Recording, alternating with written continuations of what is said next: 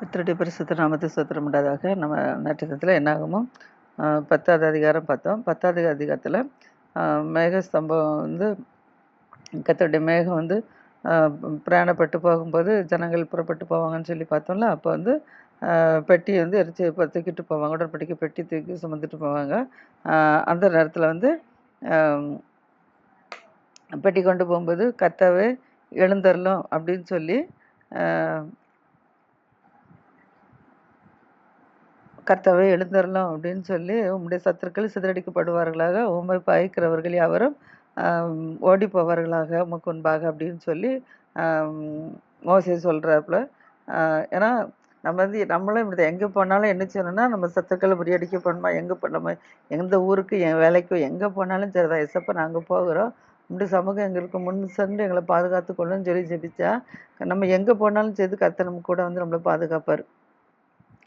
அதான் ஒரு முன்மாதிரியாக தான் நமக்கு கத்தறிஞ்சிருக்காரு. இப்போ உடன்படிக்கை பெட்டியை மோசை தூக்கிட்டு போகும்போது சத்துக்கள் வந்தாலும் முறியடிக்கப்படட்டும், எங்களை பாய்க்கிறவர்கள்லாம் ஓடி போகட்டும் அப்படின்னு சொல்லி சொல்கிறாரு. இதே போல் நம்மளும் சமூகம் முன்சொல்லுன்னு சொல்லி சொல்லி ஒப்பு கொடுத்துட்டு எங்கே போனாலும் எந்த சத்துருக்களாக இருந்தாலும் சரி தான், எந்த போராட்டமும் நம்மளை என்ன செய்யாது, தாக்காதபடிக்கு கர்த்தர் நமக்காக என்ன செய்வார், யுத்தம் பண்ணுவார். அதனால் மோசையை போன்று நம்ம எங்கே போனாலும் என்ன செய்வோன்னா கர்த்தாவே அவங்க சமூகம் சொல்லிட்டு போவோம். அதே போல் அந்த உடன்படிக்கை அங்கே வந்து பெய் சேர்ந்த உடனே அந்த உடன்படிக்கை பெட்டி இப்போ வந்து நமக்கு வந்து மேகஸ்தம்பம் வழிகாட்டுது. அங்கே போனோடனே திரும்ப இறங்கணுன்னு அவங்க பெட்டி அங்கே எங்கே மேகம் இறங்குதோ அங்கே இவங்க நினச்சிவாங்க அங்கே வந்து திரும்ப பாளையம் இறங்கிடுவாங்க நடக்காதபடிக்கு.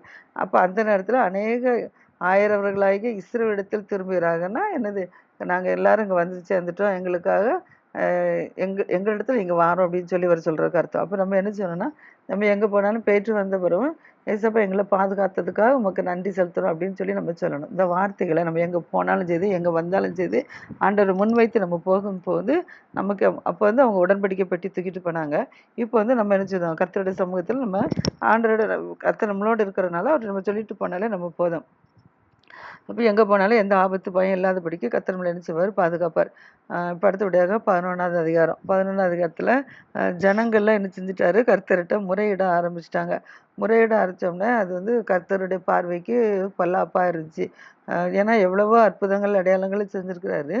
இன்னும் அவங்க அப்படி இருந்தும் அவங்க என்ன செய்கிறாங்க, முறையிட ஆரம்பித்ததுனால கர்த்தருக்கு அது பிடிக்கலை. அதனால் கோபம் உண்டதுனால அக்கினி கர்த்தருடைய அக்கினி இருந்துச்சு, அங்கே பற்றி எரிஞ்சுது. அக்கினி பற்றி எரிஞ்சோன்னா அந்த பாளையம் அவங்க வந்து ஒவ்வொரு இடத்துலையும் பாளையம் இறங்கியிருக்காங்கன்னா கூடாரம் போட்டு போட்டு இருப்பாங்க. மேகஸ்தம்பம் போது போவாங்கன்னு சொல்லியிருக்கோம்ல, அதேமாதிரி அவங்க என்ன செஞ்சுருக்காங்க, அந்த பாளையம் இறங்கி இருக்க இடத்துல கர்த்தர் அக்கினியை கொண்டு என்ன செஞ்சுட்டாரு, எரிக்க வச்சுட்டாரு. அக்கினி எரிஞ்சனால அதில் பாளையத்தில் பின்னால் கடைசியில் இருந்தவங்களை சிலரை அனுப்பிச்சது அது பட்சித்து போட்டுட்டான். அப்போது ஜனங்கள் திரும்ப மோசே நோக்கி கூப்பிடுறாங்க, நாங்கள் பாவம் செஞ்சிட்டோம் அப்படின்னு சொல்லி எங்களுக்காக விண்ணப்பம் பண்ணுங்க கர்த்தர்ட்ட அப்படின்னு சொல்லி மோசேட்டு ஜனங்கள் திரும்ப அது என்ன செய்கிறாங்க, மன்றாடுறாங்க. மன்றாடினோடனே கர்த்தர்கிட்ட மோசே என்ன செய்கிறாரு, விண்ணப்பம் பண்ணனால இப்போ அந்த அக்கினி என்ன செஞ்சுட்டு அவிந்து போயிட்டுரு. அக்கினி அவிந்து போயிட்டு அணைஞ்சு போயிட்டுரு. இப்போ எங்கேயாவது என்ன சொல்ல, எதையாவது இடத்துல தீ பிடிச்சிட்டுனா வீட்டில் தீ பிடிச்சிட்டு குடோனில் தீ பிடிச்சிட்டு அப்படி சொல்கிறோம்ல. அப்போ தீ பிடிச்சது அது அணைக்கிறதுக்கு நமக்கு என்ன இந்த ஃபயர் சர்வீஸ் வந்தால் தான் அணைக்க முடியும். அதே போல் இப்போ வந்து இவங்களுக்கு அணைக்கிறதுக்கு யார், கர்த்தரை நோக்கி கூப்பிட்டா கர்த்தரை என்ன செஞ்சுருவார், அணைச்சி கூட்டுறாரு. நமக்கும் அப்படி தான், அவங்களுக்கு மாத்திரம் இல்லை, நமக்கும் அப்படி தான். எந்த ஆபத்து வந்தாலும் எனக்கு தீ பிடிச்சிச்சு அதெல்லாம் எசப்பா நீங்களை பாதுகாத்துக்கலாம்னா கர்த்தர் எப்படியாவது நமக்கு எந்த வழியாவது நமக்கு என்ன அணைச்சி கொடுத்துருவாரு. ஆனால் நமக்கு விசுவாசம் தான் வேணும். விசுவாசம் இருந்தால் என்னன்னாலும் என்ன செய்ய நடக்கும். இப்போ அவங்க வந்து விசுவாசம் இல்லாதபடிக்கு கர்த்தர்கிட்ட வாக்குவாதம் பண்ணதுனால தான் கர்த்தர் கோபத்தில் அக்கினி எரிய வச்சு அதில் ஒரு சிலர் நினச்சிடாங்க பட்சித்து போட்டுட்டு அக்கினி திரும்ப செவித்த உடனே அது வந்து நினச்சி அமைஞ்சு போயிட்டு. அதுக்கப்புறம் இவ்வளோ நடந்திருக்கு. அதனால அந்த இடத்துக்கு அக்கினி அந்த இடத்துல பற்றி எரிஞ்சதுனால அதுக்கு தபேரா அப்படின்னு சொல்லி இந்த பேர் வச்சுக்கிறாப்ப. தபேரா அப்படின்னு சொல்லி பேர் வச்சிருக்காப்புல. இப்போ இவ்வளவு நடந்தது காரணம் இருக்குது. அடுத்தபடியாக என்ன செய்யணும், இப்போ இஸ்ரேல் ஜனங்களோட பல ஜாதியான மக்களும் என்ன செய்கிறாங்க, புறப்பட்டு வந்துட்டுருக்காங்க. எகிப்துலேருந்து வரும்போது கூட சேர்ந்து வந்திருக்காங்க. எல்லாரும் சேர்ந்து தான் இப்போ சீனாய் மலையில் இருக்கிறாங்க. அதனால் சீனாய் மலையில் இருக்கும்போது இந்த பல ஜாதி மக்கள் என்ன செஞ்சுட்டாங்கன்னா, இவங்க வந்து அந்நியர்கள். இவங்க அந்நிய ஜனங்களாக இருந்தவர்கள் என்ன செஞ்சுட்டாங்க, அவங்களுக்கு பல இச்சைகள் வந்துருச்சு. இச்சைகள்லாம் என்னதான், சாப்பாடுல இச்சைகள் வந்துருச்சு. வந்தோடனே இவங்க என்ன இச்சை வந்தோடனே இவங்களும் முறுமுறுத்ததை வச்சு இஸ்ரேல் ஜனங்களும் என்ன செஞ்சுட்டாங்க, மோசேட்ட அழ ஆரம்பிச்சிட்டாங்க. நாங்கள் எகிப்தில் இருக்கும்போது நாங்கள் இறைச்சி பாத்திரத்து அண்டையில் நாங்கள் உட்காந்துருந்தோம். நாங்கள் இறைச்சியெல்லாம் நல்லா சாப்பிட்டோம். நாங்கள் எந்த கரையும் இல்லாமல் எந்த விலையை கொடுத்து நாங்கள் எந்த பொருளும் வாங்கலை. வாங்காதபடிக்கு நாங்கள் நினச்சிடோம், நாங்கள் மச்சங்களை சாப்பிட்டோம், வெள்ளரிக்காய்களை சாப்பிட்டோம், செம்மறி கொம்மட்டி காய்களை நாங்கள் சாப்பிட்டோம், கீரைகளை சாப்பிட்டோம், வெங்காயங்களை சாப்பிட்டோம், வெள்ளை பூண்டுகளெல்லாம் நாங்கள் நினச்சோம். இதெல்லாம் நாங்கள் நினச்சி பார்க்குறோம், எங்களுக்கு இதெல்லாம் கிடைக்கலையே அப்படின்னு சொல்லி அவங்க என்ன செய்கிறாங்க, மோசேட்ட அந்த அந்நிய ஜனங்கள் மூலமாக இவங்களும் என்ன செஞ்சிட்டாங்க, பேச ஆரம்பிச்சிட்டாங்க. அப்படின்ன உடனே இப்போ இதுதான் இப்படி உங்கள் முறையிட்டதுனால தான் கர்த்தர் செஞ்சார், வாதையை அனுப்பிட்டார். இப்போ வந்து கர்த்தர் வந்து செஞ்சுட்டாரு. இவங்க எங்களுக்கு அது இல்லை இதுலன்னு சொன்னதுனால கர்த்தர் என்ன செஞ்சுட்டாரு, இப்போ மன்னாவை செஞ்சுட்டு, ஏன்னா மன்னா மட்டும் தான் இப்போ இங்கே சாப்பிட்டுட்டு இருக்காங்க, வேற எதுவுமே கிடையாது. அதனால தான் இவங்க என்ன செஞ்சிட்டாங்க, நாங்கள் அப்படிலாம் சாப்பிட்டோமே, இது ஒரே மன்னா மட்டும் தான் நாங்கள் சாப்பிட்டுட்டு இருக்கோன்னு சொல்லி அவங்க முறையிட்டாங்க. முறையிட்டதுனால இப்போ அந்த அந்த மன்னா வந்து எப்படி இருந்துச்சு அப்படின்னா,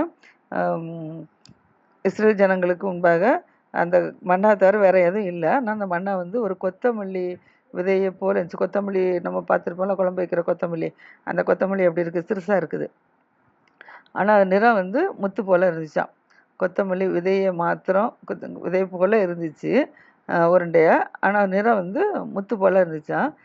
ஜனங்கள் போய் அதை என்ன செய்வாங்க, மண்ணை பெய்யும்போது அதை போய் என்ன செய்வாங்க, பொறுக்கி எடுத்துகிட்டு வருவாங்க. எடுத்துகிட்டு வந்து அது இயந்திரங்களில் என்ன செய்வாங்க, இயந்திரங்கள்லாம் உரல், ஆட்டு உரல் எல்லாம் இருக்குல்ல, கிரைண்டர் இப்படிப்பட்டது உரக்கல்ல போட்டு என்ன செய்வாங்க, அரைப்பாங்க. அரைச்சி அதை என்ன செய்வாங்க, இடிச்சோ இல்லைன்னா அரைச்சோ என்ன செய்வாங்க, வஸ்திரம் இயந்திரங்களில் அரைப்பாங்க, இல்லைன்னா உரலில் போட்டு இடிப்பாங்க. இல்லைன்னா இடித்து என்ன செய்வாங்கன்னா பானைகளில் இதை என்ன செய்வாங்க, சமைப்பாங்க. இல்லைன்னா இது அப்பமாவும் என்ன செய்வாங்க, சுடுவாங்க. ஆனால் ருசி வந்து அது ஒளிவ எண்ணெயை போல் என்ன செய்யுமோ அது வந்து ருசியாக இருக்கும் அந்த மண்ணா வந்து. அதனால் இப்போ வந்து அது வந்து மண்ணா வந்து என்ன செய்யணும்னா, இரவில் வந்து அவங்க எங்கே குடியிருக்காங்களோ அந்த இடத்துல என்ன செய்யணும்னா பனி பெய்யுமா. பனி பெய்யும்போது அந்த மண்ணாவை என்ன செய்யுமோ அதோட சேர்ந்து என்ன செய்யுமோ வானத்துலேருந்து கீழே விழுமா. விழுந்தோடனே இது ஜனங்கள் என்ன செய்வாங்க, அவரவர் கூடார வாசலில் நின்று என்ன செய்வாங்க, அதை அப்புறம் எடுத்து அள்ளிக்கிடுவாங்க. அது வந்து தேவைக்கு மிஞ்சி போனால் பூச்சி பிடிச்சிரும்னு சொல்லி நம்ம ஏத்திராமத்தில் ஏற்கனவே நம்ம படிச்சிருக்கோம். அதனால் இப்போ இவங்க எங்களுக்கு இந்த இறைச்சி எங்களுக்கு மண்ணாவை தவிர வேறு எதுவுமே இல்லை அப்படின்னு சொல்லி எல்லோரும் மோசிட்டு என்ன செஞ்சுட்டாங்க, ஆள ஆரம்பிச்சிட்டாங்க.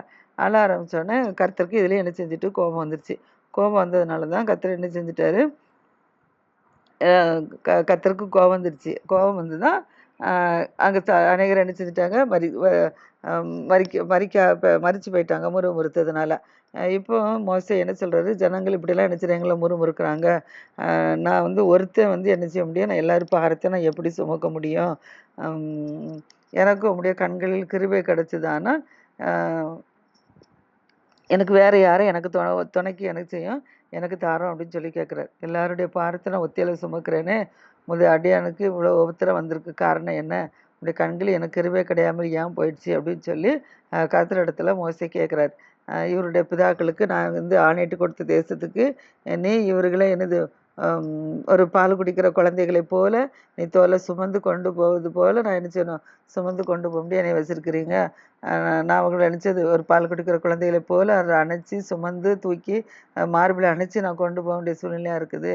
எந்த சூழ்நிலை நான் ஜனங்களெல்லாம் நான் கற்பந்தரித்தேனா, நான் தான் இவங்களெல்லாம் பெற்றேனா, எனக்கு ஏன் இப்படி ஒரு இது போராட்டம் அப்படின்னு சொல்லி மோசே என்ன செய்கிறாரு, கர்த்தர்கிட்ட கேட்குறாரு. இந்த ஜனங்கள் எல்லாம் என்ன செய்கிறாங்க, நாங்கள் இறைச்சி பாத்திரத்தில் அண்டையில் உட்காந்து நாங்கள் சாப்பிட்டோமே, இப்போ எங்களுக்கு இறைச்சி ஒன்றுமே இல்லைன்னு சொல்லி அழுறாங்களே, இதுக்கு நான் என்ன செய்ய அப்படின்னு சொல்லி மோசே என்ன செய்கிறாரு கேட்குறாரு. ஏன்னா ஒரு பாலுங்கிற குழந்தையே என்ன செய்வாங்க, தோளத்துக்கு போட்டு சுமப்பாங்க, மார்பில் அணைச்சி வச்சுருப்பாங்க.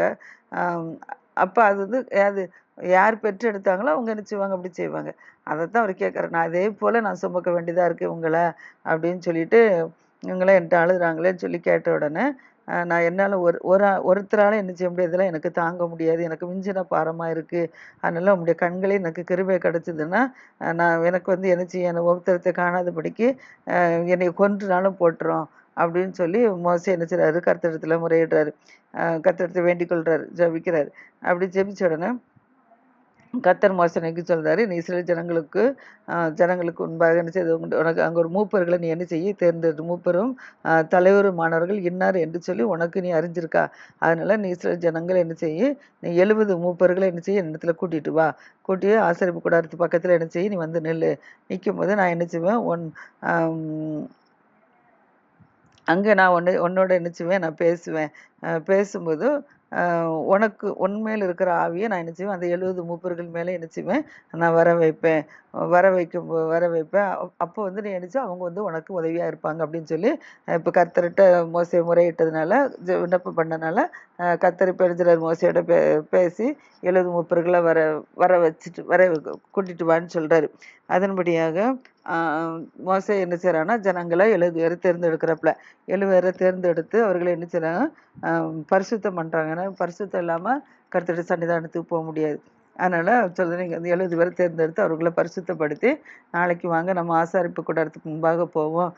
கர்த்தர் வந்து உங்களுக்கு என்ன செய்வோம், உங்களுடைய செவிகள் கேட்க உங்களுக்கு இறைச்சியை செய்வர் கொடுப்பாரு அப்படின்னு சொல்லி சொல்றாங்க. சொல்லிட்டு என்ன சொல்றாங்க, உங்களுக்கு ஒரு நாள் மட்டும் இறைச்சி கிடைக்காது, 2 நாள் இல்லை, 5 நாள் இல்லை, 10 நாள் இல்லை, 20 நாள் இல்லை, 1 மாதம் வரைக்கும் நீங்கள் என்ன செய்வீங்க, அந்த இறைச்சி நீங்கள் புசிப்பீங்க மன்னாவோட. இப்போ மண்ணா மட்டும் தானே புசிக்கணும்னு அழுறீங்க, இறைச்சியிலன்னு அழுறீங்களா, உங்களுக்கு இறைச்சி நீங்கள் என்ன செய்வீங்க, புசிப்பீங்க. அது உங்களுக்கு மூக்கால புறப்பட்டு உங்களுக்கு நீங்கள் எப்படி சாப்பிட தெவிட்டி போக மட்டும் உங்களுக்கு என்ன செய்ய முடியும், அந்த வந்து இறைச்சி கிடைக்கும். அந்த அளவில் நீங்கள் என்ன செய்வீங்க, இறைச்சி சாப்பிடுவீங்க அப்படின்னு சொல்லி சொல்கிறாரு. நீங்கள் வந்து அதனால் அப்படி சொல்லி என்ன செய்கிறாரு, 70 மூப்பர்களை தேர்ந்தெடுத்து என்ன செய்கிறாரு, கர்த்தருடைய சன்னிதானத்துக்கு என்ன செய்கிறாரு, அழைச்சிட்டு போகிறாரு. ஏன்னா இவங்க வந்து ஜனங்கள் வந்து இருக்கிற 6 லட்சம் பேர் இருக்கிறாங்க, புருஷர்கள் மாத்திரம் 6 லட்சம் பேர் இருக்காங்க. அப்போ அவங்க 1 மாதம் முழுவதும் புசிக்கிறதுக்கு ஆகாரம் வேணும். ஆனால் அதனால் அவங்க என்ன சொல்லுவாங்க, கர்த்தர்கிட்ட கேட்குறாரு. இவங்க வந்து ஜனங்கள்கிட்ட சொல்லிட்டாப்ல, இப்படி உங்களுக்கு 1 மாதம் வரைக்கும் உன்னிச்சு உங்களுக்கு இறைச்சி கர்த்தர் கொடுப்பாரு அப்படின்னு சொல்லி 70 மூப்பர்கிட்ட சொல்லிட்டாரு. சொல்லிட்டு இப்போ என்ன சொல்றாருன்னா, 6 லட்சம் பேர் இருக்காங்களே, அவர்களுக்கு ஆடு மாடுகளை அடித்தாலும் இவங்களுக்கு போதுமா, சமுத்திரத்து மச்சங்கள் எல்லாம் இவங்களுக்கு ஒன்றாக சேர்த்தாலும் இவங்களுக்கு இறைச்சிக்கு போதுமா அப்படின்னு சொல்லி மோசே சொல்கிறாரு. கர்த்தர் சொல்கிறாரு, இவங்க எகிப்துலேருந்து புறப்பட்டவுடனே இவங்கெல்லாம் அழுதாங்களேன்னு சொல்லுன்னு சொல்கிறாரு. இப்போ அதுக்கு மோசே சொல்கிறாரு, ஒரு மாதம் வரைக்கும் நான் கொடுப்பேன்னு சொல்கிறாருல. சொன்ன உடனே இப்போ இப்படிலாம் பத்துமா, நம்ம எல்லா ஆடு மாடுகளையும் அடித்தாலும் போதுமா, இல்லை கடலில் உள்ள பட்சிகளெல்லாம் அடித்தாலும் போதுமா அப்படின்னு சொன்ன உடனே கர்த்தர் சொல்கிறார் மோசே நோக்கி, கர்த்தருடைய கைக்குறியாக இருக்கிறதுன்னு சொல்லி கேட்குறாரு. சொல்லிட்டு நீ என் வார்த்தையின்படி நடக்கிறதா நடக்காதான்னு சொல்லி நீ இப்பொழுதே நீ காண்பா அப்படின்னு சொல்கிறார். இப்பொழுதே காண்பான்னு சொன்னோன்னே இப்போ மோசே என்ன செய்கிறான், கர்த்தர் சொன்னபடி புறப்பட்டு போய் கர்த்தருடைய வார்த்தைகளை அந்த 70 மூப்பர்கிட்ட போய் சொல்கிறான். 70 மூப்பர்கிட்ட சொல்லி அவங்களை கூட்டிகிட்டு இப்போ என்ன செய்கிறான், ஆசரிப்பு கூடாரத்தில் சுற்றில வந்து என்ன செய்கிறாங்க, நிற்கிறாங்க. சுற்றில வந்து 70 மூப்பர்களையும் நிறுத்தியிருக்கிறாப்புல.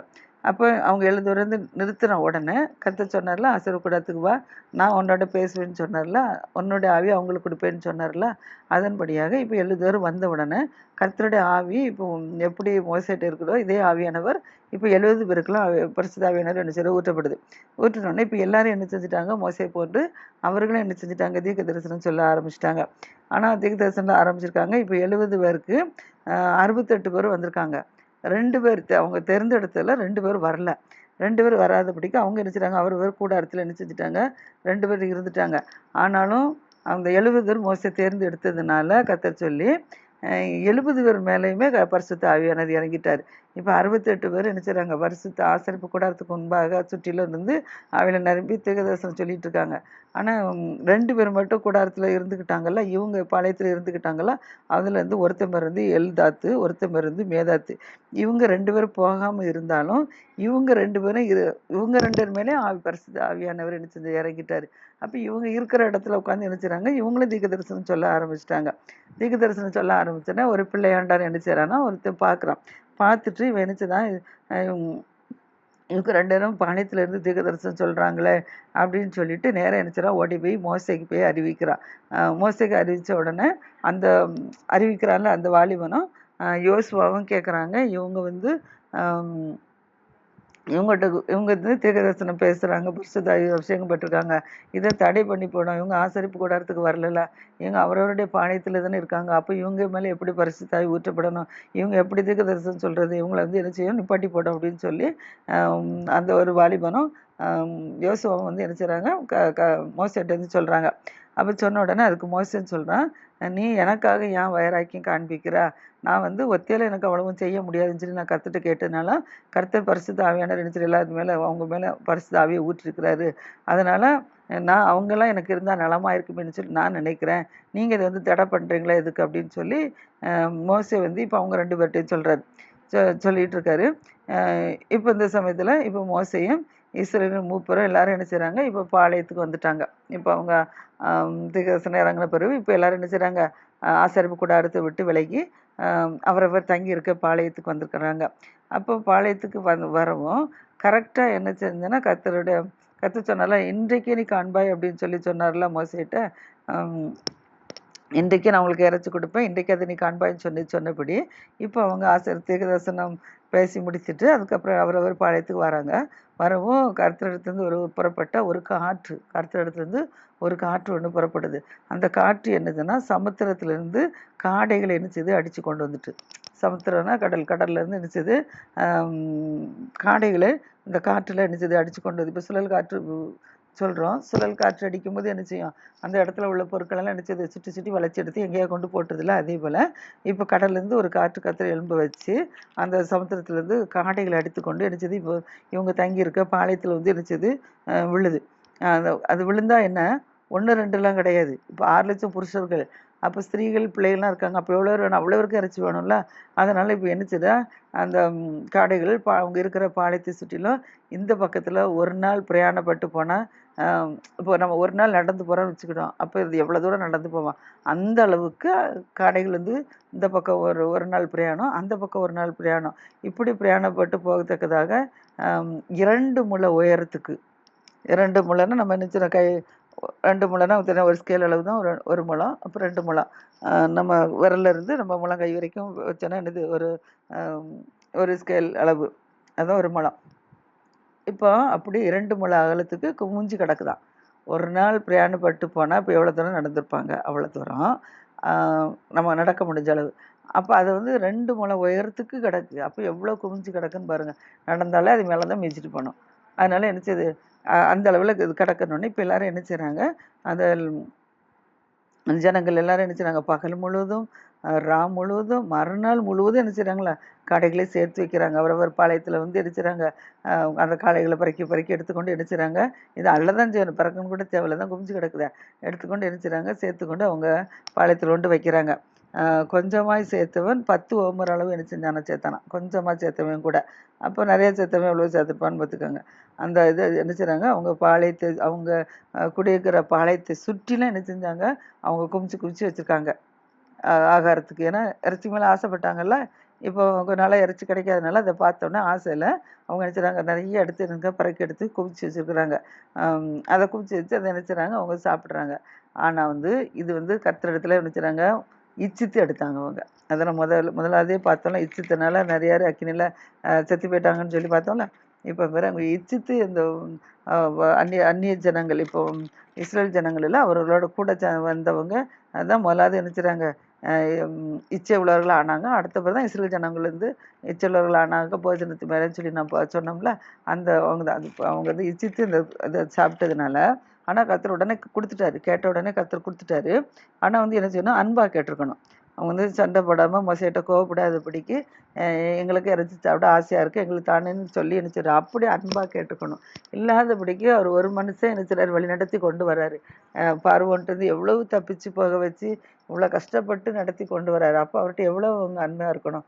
ஆனால் வந்து அவங்க அவரையும் போட்டு திட்டி கர்த்தரையும் திட்டி எடுத்து செஞ்சதுனால கர்த்தர் கேட்டோடனே கொடுத்துட்டாரு. கொடுத்துட்டு அடுத்தபடியாக என்ன செஞ்சாருன்னா, அவங்க சாப்பிட்டுக்கிட்டு இருக்கும்போது அந்த நம்ம மென்று திங்கும் போது நம்ம பல்லுக்குள்ளே நிச்சயம் அந்த இறைச்சிகள் போகும், அப்படி தானே. அதை மென்று திங்குறதுக்கு முன்பாக கர்த்தருடைய கோபம் நினைச்சது ஜனங்களுக்குள்ளே வந்துருச்சான். ஜனங்களுக்குள்ளே வந்ததுனால கர்த்தர் என்ன செஞ்சிட்டாரு, மகா பெரிய வாதையினால் என்ன செஞ்சிட்டாரு, பாதிச்சனால அந்த இச்சித்த ஜனங்களை அங்கே மகா வாதினால் அடித்தார், வாதிச்சார். அதனால் அநேகர் என்ன செஞ்சிட்டாங்க, மரிச்சு போயிட்டாங்க. அநேகர் மரிச்சு போயிட்டாங்க. அதனால் இந்த இச்சித்த ஜனங்களை என்ன செய்கிறாரு, அங்கே அடக்கம் பண்ணி. இப்போ அவங்க இச்சித்து ஆசைப்பட்டு கேட்டாங்க, அவங்க தான் மரிச்சு போயிருக்காங்க. அதுக்காண்டி எல்லாரும் சாகலை. கர்த்தர்கிட்ட முறுமுறுத்தி இச்சித்து அவங்க மட்டும் இறந்து போனனால அந்த இடத்துல அவங்கள அடக்கம் பண்ண இடத்துக்கு பேர் கிப்ரோத் அத்தவா அப்படின்னு சொல்லி போயிருக்காங்க. ஆனால் இச்சித்த ஜனங்களை அங்கே அடக்கம் பண்ணினால் அந்த ஸ்தலத்துக்கு கிப்ரோத் அத்தவா அப்படின்னு சொல்லி என்ன செய்கிறாங்க, பேர் வச்சுக்கிறாங்க. இந்த ஜனங்கள் இப்போ கிப்ரோ அத்தவா என்ன இடத்தை விட்டு புறப்பட்டு ஆசரோத்துக்கு என்ன செய்கிறாங்க, பிரயாணப்பட்டு போகிறாங்க. இப்போ இருக்கிறது எங்கே இருக்காங்க, சீனாய் வனத்தில் இருக்கிறாங்க. சீனாய் வனாந்திரத்துலேருந்து இப்போ என்ன செய்கிறாங்க, நேராக பாரான் என்ற இடத்துக்கு வந்தாங்க. அந்த பாரான் என்ற இடத்த விட்டு இப்போ அவங்க என்ன செய்கிறாங்க, நேராக புறப்பட்டு கிப்ரோத் அத்தவா என்ற இடத்துக்கு என்ன செய்கிறாங்க, வந்தாங்க. அங்கே தான் இப்போ இறைச்சி கிடச்சி அங்கே தான் என்ன மரிச்சு போயிருக்கிறாங்க. இப்போ அந்த இடத்த விட்டு புறப்பட்டு அவங்க என்ன செய்கிறாங்க, நேராக ஆசரோத் என்ற இடத்துக்கு என்ன செய்கிறாங்க, பிரயாணம் பண்ணி போகிறாங்க. இப்போ இதுலேருந்து நம்ம என்ன பார்க்குறோம் அப்படின்னா, நம்ம எந்த பொருளுமே நினச்சது பேராசை பிடிக்கக்கூடாது. பேராசை பிடிக்க நமக்கு இருக்கிறது போதும் என்கிற மனதுடன் கூடிய தேவ பக்தியை மிகுந்த ஆதாயம்னு சொல்லி 1 தீமோத்தேயு 1:6 நம்ம பார்க்குறோம். அதனால் நமக்கு எந்த பொருளாக இருந்தாலும் நமக்கு இது போதும் அப்படின்னு சொல்லி நம்ம நினைக்கணும். நம்ம அதை விட்டுட்டு நம்ம அவங்களுக்கு இந்த பொருள் இருக்குது, இவங்களுக்கு இந்த பொருள் இருக்குது, அவங்க அப்படி இருக்காங்க, இவங்க இப்படி இருக்காங்கன்னு சொல்லி நம்ம எதுவுமே ஆசைப்பட்டு கேட்டோன்னா அது நமக்கு என்ன சாபமாக தான் முடியும். கஷ்டத்தின் மேல் கஷ்டம் தான் உண்டாகும். கடன் பட்டு போயிடும். அதனால் நம்ம நினச்சிடும் எதுவுமே நம்ம ஆசைப்படக்கூடாது. ஆசைப்படாதபடிக்கு உங்களுக்கு என்ன பொருள் நிச்சயமாக கண்டிப்பாக நமக்கு இது இருந்தால் தான் நமக்கு முடியும் அப்படின்னு சொல்லி இருக்குன்னு வச்சுக்கிடுவோம். அப்போ என்ன செய்வோம் அப்படின்னா அதுக்கு நம்ம கர்த்தர் இடத்துல கேட்கணும். கர்த்தர் இடத்துல அன்பாக கேட்கணும். ஏசப்பா எங்களுக்கு இந்த பொருள் இருந்தால் எங்களுக்கு ஒரு உதவியாக இருக்கும், நம்மளுக்கு கஷ்டமாக இருக்குது, எனக்கு முடியலையே அப்படின்னு சொல்லி கேட்கும்போது என்ன செய்யும், நிச்சயமாக கர்த்தர் கொடுப்பாரு. ஆனால் நம்ம என்ன செய்யக்கூடாது, கர்த்தர்கிட்ட ஏசியோ திட்டியோ இது செய்யக்கூடாது, வாங்கக்கூடாது. அவர்கிட்ட அன்பாக இது இருந்தால் நல்லாயிருக்கும், உங்களுக்கு தெரியும் எங்களுக்கு என்ன பொருள் இது ஏன்னா அவருக்கு தெரியும். நமக்கு இப்போ அப்பா அம்மா இருக்காங்கன்னா நம்முடைய பிள்ளைகளுக்கு என்ன செய்வாங்க, நமக்கு இந்த பிள்ளைகளுக்கு இது தேவை இருக்குது, இது நம்ம கொடுக்கணும் அப்படின்னு சொல்லி அவங்களுக்கு தெரியும். அப்போ அவங்க கொடுக்கும்போது தெரியும். ஆனால் பிள்ளை கேட்கட்டு நினைப்பாங்க. அதே போல் தான் நம்ம தேவையை கர்த்தரிடத்தில் நம்ம கேட்டு நம்ம பெற்றுக்கொள்வோம். அது நமக்கு ஆசீர்வாதமாக இருக்கும். கர்த்தர் நமது ஆசீர்வதிப்பாராக. ஆமென்.